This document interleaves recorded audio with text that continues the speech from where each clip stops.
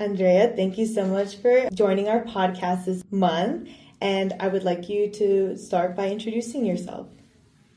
Thank you for having me, Jasmine. My name is Andrea Terrones, and I am a UCR alum. I graduated with a bachelor's in political science. I am also the founder of Women in the Law. I founded Women in the Law in the fall of 2022. And I am also a first-year law student at LMU Law School in Los Angeles, California. Awesome. Thank you. And I'd like to go back to you mentioning that you're a UCR alum. So during your time at UCR, like you mentioned, you founded Women in the Law. Can you share with us like the process of going through like building a community that embodied like women in the legal field and the steps you took to achieve this? Absolutely. So I actually came up with the idea to start an organization after my term had ended with another dear organization, UCR Latinx. Some of my friends and I founded Latinx, and we started that organization simply because we recognized that there are so many Hispanic, Latina students at UC Riverside, and there wasn't a space for pre-law Latino Hispanic students to come together and bond and form a community and share in the hope and dream of going to law school. And so after my term had ended, I absolutely loved the work that we did with Latinx, but I noticed there was still a gap. There was still a community at UCR that had to be served, and it was women. And so as a Latina, as a woman at UCR, I was like, I love that there's a space for those that I share heritage with, for those that I share culture with. But I'd love it if there was a space for other women, where it's just women. Of course, every student is welcome at Women in the Law, but this was a space that I felt would honor the needs of students pursuing law school, but women that were from different socioeconomic that had different socioeconomic backgrounds, different cultures, different ethnicities, that had different interests and overall wanted to pursue a legal career, whether that included law school or not. And so I started doing some research, and I was looking at other undergraduate institutions to see what opportunities existed there. And I found there was a stark contrast in between the opportunities for women that were pre-law at other institutions versus at mine. And I was like, all right, this is giving me hope. There's hope that, a community like that can be born at my campus. Mm-hmm. And so I came up with the idea of Women in the Law, because we'd like to be women in the law, our pre-law women. And I distinctly remember when I was putting together my pitch, I'll say my pitch, and because in order to start an organization at UCR, you need a certain amount of board members. And so I was emailing some of my peers that I thought would share the same hope that I had, and the time, energy, and commitment that was needed to build an organization meant to help other women pursue law school. And so I scheduled meetings with each and every one of these incredible women, and it really felt like I was pitching a business proposal. And I was like, all right, so this is going to be the organization. This is our mission. This is what I want it to look like. I think, you also share in the hope of going to law school, and I would truly value your insights and think we could make an incredible team and form an even better executive board. And I got some yeses, I got some nos, but I I remember just feeling like I'm trying to pitch this idea and I need you to buy in and I know you buy in, and that in itself was an adventure. But thankfully, the right women said yes, and so Women in the Law was born. During our first year at UCR, I remember during nooners when we would table, we would all say like, oh, we're a baby organization. This is our first year and this is what we do. And we had really great events where, for instance, the networking dinner and bringing attorneys to campus and having students interact with legal professionals, having students tour law schools, having students talk to admissions counselors at the law schools that they wanted to go to, connecting members with mentors. A lot of our members including myself, are the first in their families to pursue higher education. That includes college and law school. And so it was great just in that first year what we were able to do. And I look at Women in the Law now, and I'm so incredibly proud of the women that currently serve on the executive board and the amazing work that they've been able to do. Thank you. And I think I could say thank you from the listener's perspective as well for making such a space for us to collab with one another and just build that community. But bouncing outside of Women in the Law, was there anything else you did during your time in undergrad that you believed helped you as a pre-law student? Well, I definitely tried to take advantage of any and every opportunity that I could. Starting my freshman year at UCR, I actually joined ASUCR, student government. I started off as a Senate intern, and actually a senator that I was interning for is still a great friend, and I'm still in touch with him today. And so, I mean, that was my freshman year of college. So after that, I was promoted to local relations director in our external office. So I was essentially the liaison between City of Riverside and the UCR student body. Of course, during that time, it was 2020. And so the matters and issues that we were dealing with were central to the pandemic, and that came with its unique set of challenges and rewards. And it was great. I loved it. And after that, I served as government relations director, and after that as legislative director for the president of ASUCR, who, fun fact, was also the vice president of Women in the Law our first year. And she was great. And so I definitely tried to take advantage of on-campus opportunities outside of campus. I was really interested in getting involved in local government, state government. I was a fellow with some organizations. I was working on some propositions that were on the ballot throughout 2019, 2023. I was a fellow with another nonprofit where I worked as an organizing fellow on the California Earned Income Tax Credit, and that was great as well. And got involved with the UC Riverside Latino and Latin American Studies Research Center.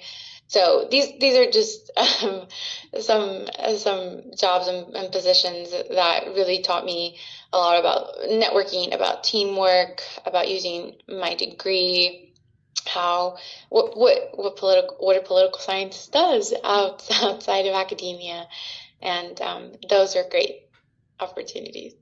Yeah, thank you for sharing. And then after you got your bachelor's degree, we all know that the next step is to take the LSAT. So I was wondering what your experience was taking that.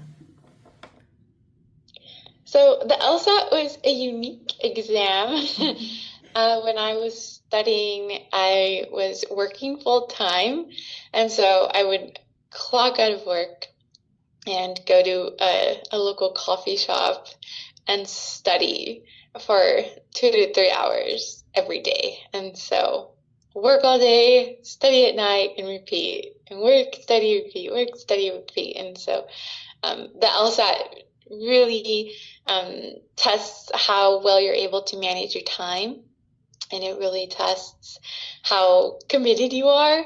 It's not the easiest of exams, but if you remain committed and dedicated, it's 100% an exam that you can do well in and will do well in if you apply yourself.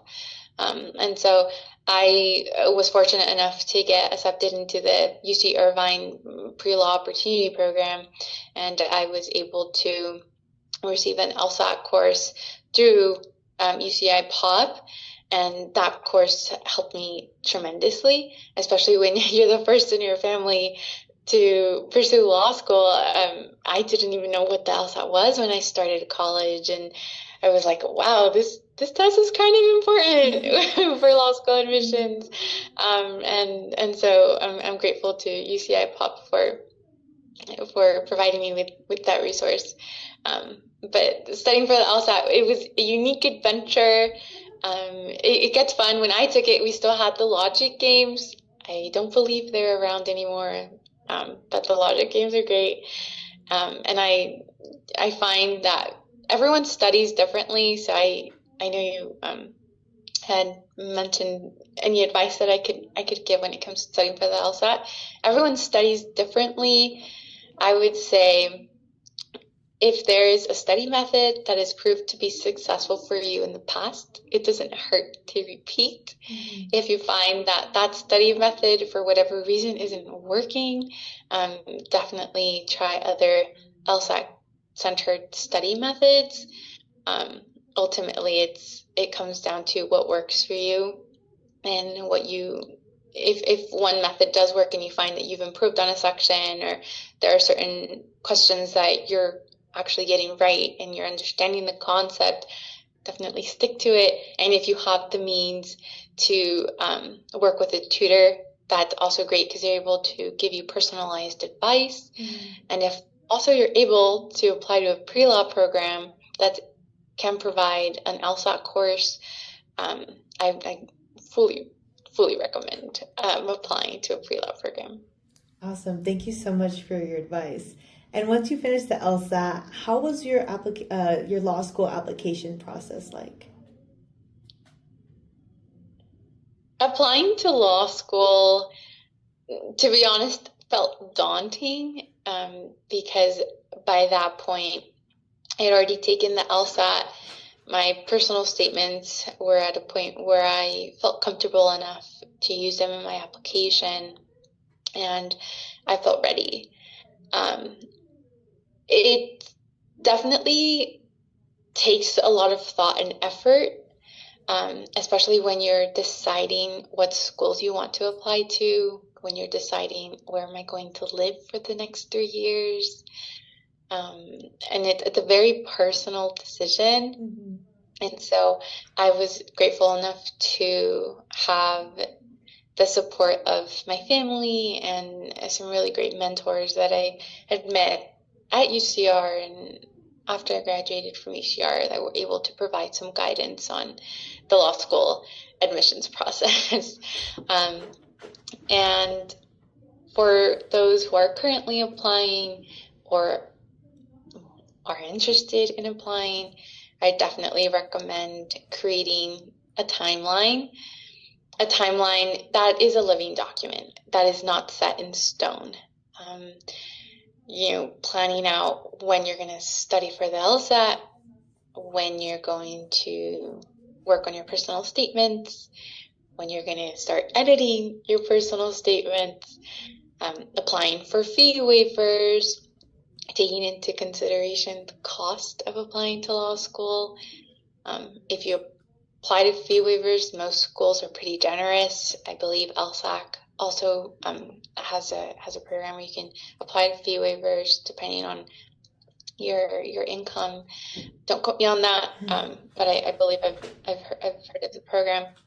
And this timeline would be a living, breathing document where you are planning, okay, well, it's my goal to start law school in the fall of 2028, for example, and, I have to reach out for letters of rec 3 months in advance, or I have to start studying by this time, and really taking into consideration every little detail. That way, when it actually comes time to submit your applications, you're not stressed or doing things last minute, and you feel confident and you feel in charge of your law school cycle. Perfect. Thank you. Speaking of law school, the big question is, what is your experience like in law school? My first year of law school has been great. I've enjoyed the reading, the writing, the friendships. My professors are great. I have professors that have taught at schools all over the country, but also bring decades of work experience and truly understand what it means to be a contracts attorney, or what it means to practice in personal injury, etc. And it's been great being able to talk to them and ask them questions and pick their brain and hear their advice. I've also appreciated the friendships that you make at law school, that you make here in law school, excuse me. I found that it's important to have a support system outside of law school, but it's also important to have a support system once you're actually in it. And so whether that means going to a professor that you feel comfortable asking for advice, like, hey, I got this grade on my memo, what feedback do you have for me? Or I have a final coming up, how do you recommend I study, etc., etc. And then with your friends, just having your peers to talk to and say, like, did you hear what the professor said? And did you like this? And it's so easy to isolate yourself once you're in law school.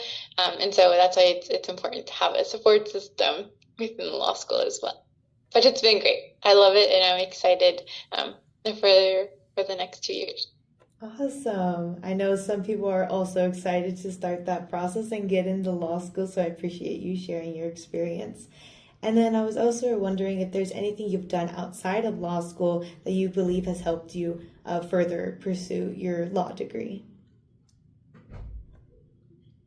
Yes. So like when I was at UCR and I took advantage of any and every opportunity that I could, I had the same mentality after I graduated from UCR.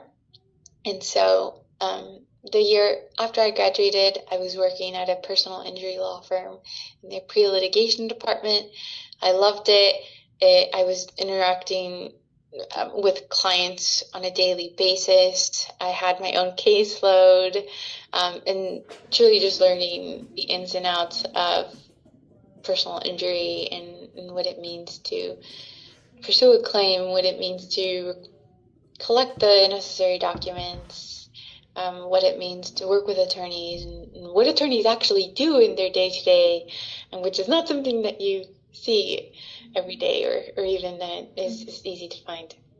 And so the year after that, I was fortunate enough to be selected for a postgraduate fellowship in public affairs. I was a Coro Fellow in Los Angeles. I absolutely adored the time that I spent as a Coro Fellow. It was a year where I was immersed in public affairs across sectors. I was able to interact with stakeholders across Los Angeles, but also across California, and truly learned what it means to participate in our democracy, but also to collaborate with others and promote ethical solutions, and to promote what it means to really contribute to the world that we live in, regardless of what profession, what sector you believe in, or what sector you belong to, excuse me. And so that was great. I loved it. And after that, I started law school. So I took 2 gap years, and those have been great. I do not regret those 2 gap years. If anyone is considering taking a gap year, absolutely recommend it. You're really able to find opportunities that challenge you, find opportunities that allow you to discover who you are, to discover what you're interested in, discover what you do want to do. And even if you don't discover what you'd actually like to do long term, then maybe you'd also be fortunate enough to discover what you don't want to do. And don't underestimate that power, because if you know what you don't want to do, that's just going to help you actually discover what you do want to do. So definitely recommend taking a gap year if you can and if you are able to. Awesome. Thank you for that advice. And my last question, if you have any other advice you would give to undergraduate students who also want to go to law school.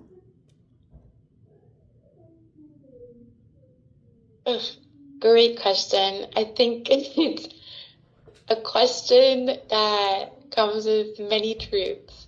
And everything I've said so far, take it with a grain of salt. I speak from my own personal experiences and from what I've observed in the world. But I'd say any advice I have for current students wanting to go to law school: believe in yourself. You absolutely are capable. Absolutely you are capable. And even when you feel like maybe you can't, maybe you're not good enough, maybe you're not qualified, don't listen to that little voice, okay? Fake it till you make it. I say that all the time. Fake it till you make it. If this is something you're serious about and it's something you'd like to pursue, absolutely you can do it. You can do it, and you will do it. I'd say also, one of my favorite quotes is, tell me who your friends are and I'll tell you who you are. And so whatever you want to do in life, whether it is to become an attorney or to become a doctor, whatever, right?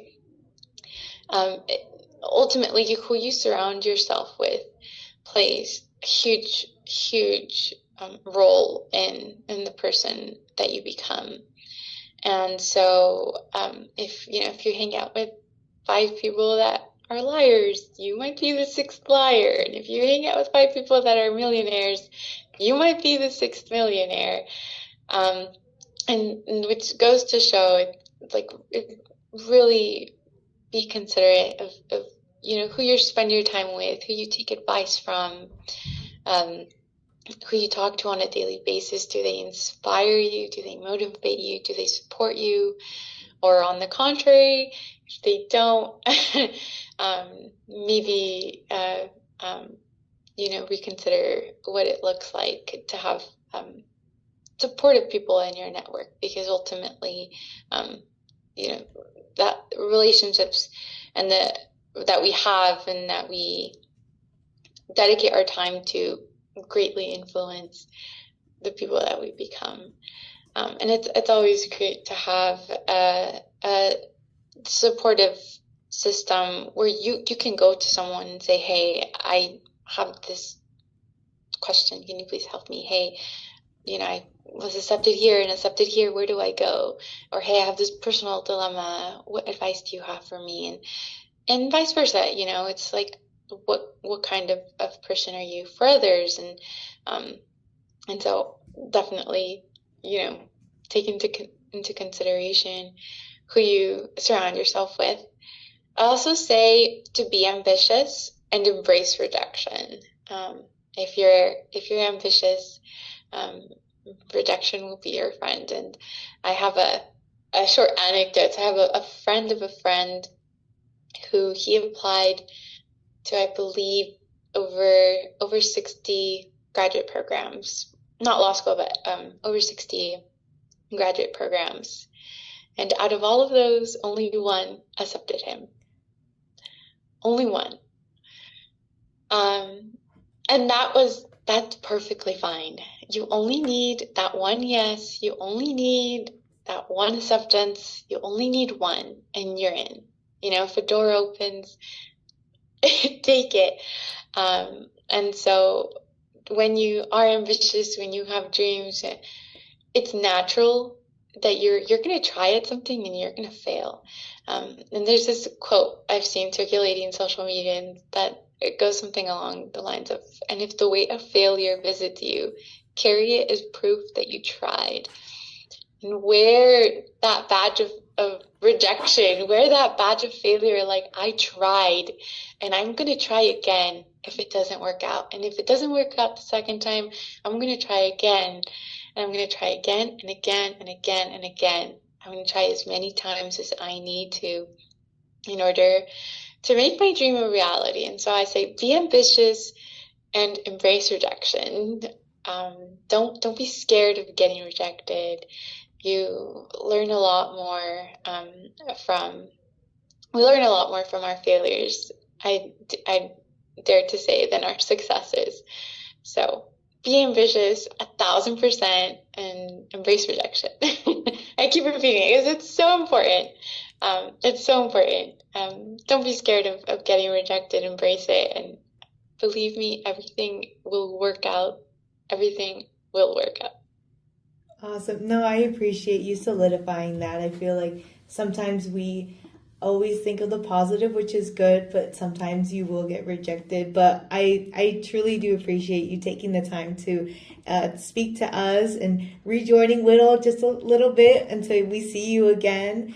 But we'll let you go back to your studies. But again, thank you so much for joining us for this episode today. But I hope you have an amazing day and hope law school goes well and we can check up again on you in a few years.